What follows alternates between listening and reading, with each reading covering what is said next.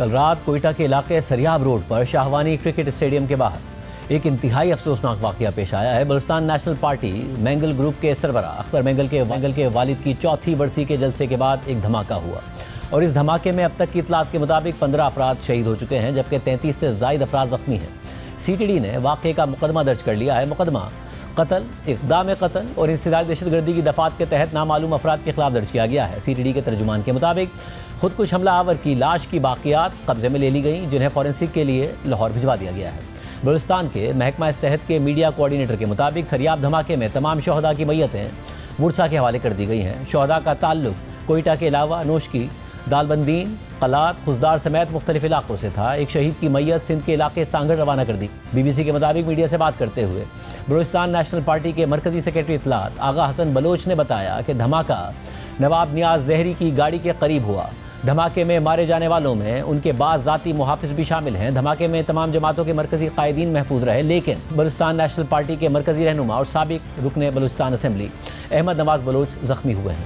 Balochistan national party کے رہنما غلام نبی مری نے بتایا کہ یہ دھماکہ کوئٹہ کے علاقے سریاب میں واقع شاہوانی اسٹیڈیم سے کچھ فاصلے پر اس مقام پر ہوا جہاں گاڑیوں کو پارک کیا جاتا ہے۔ یہ دھماکہ جلسے کے اختتام کے اندازاً 10 سے 15 منٹ بعد ہوا ہے۔ انہوں نے بتایا کہ دھماکے کے وقت جلسہ گاہ سے نکلنے والے لوگوں کی ایک بڑی تعداد وہاں سے گزر رہی تھی۔ صوبائی حکومت نے واقعے کی تحقیقات کا حکم دے دیا ہے۔ دھماکے کے بعد بلوچستان نیشنل پارٹی کے سربراہ اختر مینگل نے ایکس پر پوسٹ میں لکھا کہ آپ سب کی دعاؤں اور پیغامات کا شکریہ۔ الحمدللہ میں محفوظ ہوں، لیکن ہمارے ساتھیوں کی شہادت پر دل بہت دکھی ہے۔ تقریباً 15 کارکن شہید ہوئے ہیں اور کئی زخمی ہیں۔ انہوں نے میرا ساتھ دیا اور ہماری جد و جہد کے لیے اپنی جان قربان کی۔ ان کی قربانی کبھی نہیں بھلائی جائے گی۔ اللہ تعالیٰ انہیں جنت عطا کرے اور ان کے خاندانوں کو صبر دے۔ یہ قربانی میرے لیے قرض ہے اور میں اسے ذمہ داری اور عزم کے ساتھ نبھاؤں گا۔ وزیر اعظم شہباز شریف نے واقعے کی مذمت کی ہے اور وزیر اعلیٰ بلوچستان سے ٹیلی فونک رابطہ کیا ہے اور کہا ہے کہ معصوم اور نہتے شہریوں پر دہشت گرد حملے بزدلانہ اور قابل مذمت ہیں۔ دھماکے میں ملوث دہشت گردوں کا جلد سراغ لگا کر ان کو واقعی سزا دی جائے۔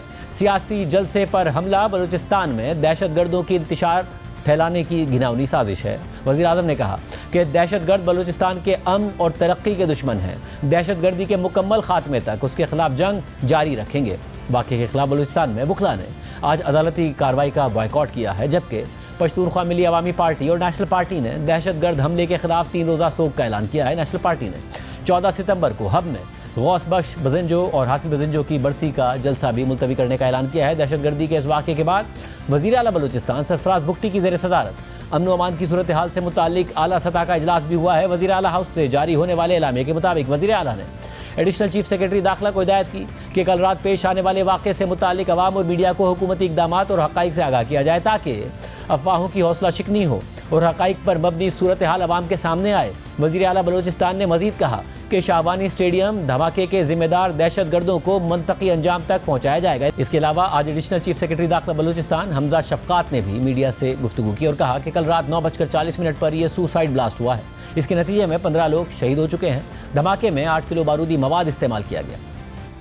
کل رات جلسے کے بعد 9:40 پر یہ سوسائڈ بلاسٹ ہوا ہے۔ اس سوسائڈ بلاسٹ کے نتیجے میں 15 لوگ شہید ہو چکے ہوئے ہیں، 32 کے قریب زخمی ہیں۔ سوسائڈ بامبر کی ایتھنیسٹی ابھی تک ہم کنفرم نہیں کر پائے۔ باڈی ریکور کر لی گئی ہے۔ آئی جی صاحب خود موجود تھے، ایک ہائی لیول انویسٹیگیشن ٹیم بھی چیف منسٹر صاحب نے اناؤنس کر دی ہے۔ اس نے 8 کلو بارودی مواد اس میں استعمال کیا ہے۔ دھماکہ سائٹ سے 500 میٹر باہر ہوا ہے اندھیرے میں قبرستان کے ساتھ، اور یہ ایگزٹ کے اوپر جب تمام لیڈرز چلے چکے ہوئے ہیں، سیکیورٹی کا جو سٹینڈ ڈاؤن تھا وہ اس پروسیس میں تھا اور اس ٹائم پر یہ واقعہ ہوا۔ لا انفورسمنٹ یہ ہماری ہی ذمہ داری تھی، این او سی دیا ہوا تھا اور ہم اس کی رسپانسبلٹی لیتے ہیں۔ سیکیورٹی الرٹ ہے، ڈفرینٹ تھریٹس جو ہیں ہمیں 22 لوگوں کے بارے میں ڈفرینٹ تھریٹس ہماری لا انفورسمنٹ، نیکٹا اور انٹیلیجنس ایجنسیز نے ہمارے سے شیئر کی ہے۔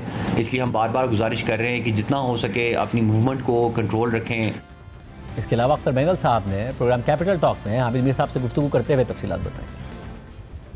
ہم نے تقریباً 1 مہینے پہلے مقامی انتظامیہ سے جلسے کی اجازت چاہی کہ ہم ہاکی گراؤنڈ میں جلسہ کرنا چاہتے ہیں، جس کے لیے انہوں نے پیپلز پارٹی کا جلسے کی اجازت دی تھی، جے یو آئی کے مولانا صاحب کی جلسے کی اجازت دی تھی، لیکن ہمیں